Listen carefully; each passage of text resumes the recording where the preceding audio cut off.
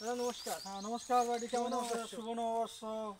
তো এই যে নববর্ষ উপলক্ষে খুব একটা শাড়ি বিতরণ করলাম তো গরিব দুঃখীর মাঝে। তো যাক, এই যে তোমার মনের মধ্যে তো একটা আছে অনুভূতি বিরাজ করতেছে, তা তোমাকে অসংখ্য ধন্যবাদ। তোমরা যে শিক্ষিত সমাজ আস্তে আস্তে যে বিলীন হয়ে গেছে, কেউ কারোর প্রতি সম্মান দেখায় না, যা তোমার মধ্যে যে এটাও অনুভূতি আমি ফিল করলাম, তা অসংখ্য ধন্যবাদ ভাইটি।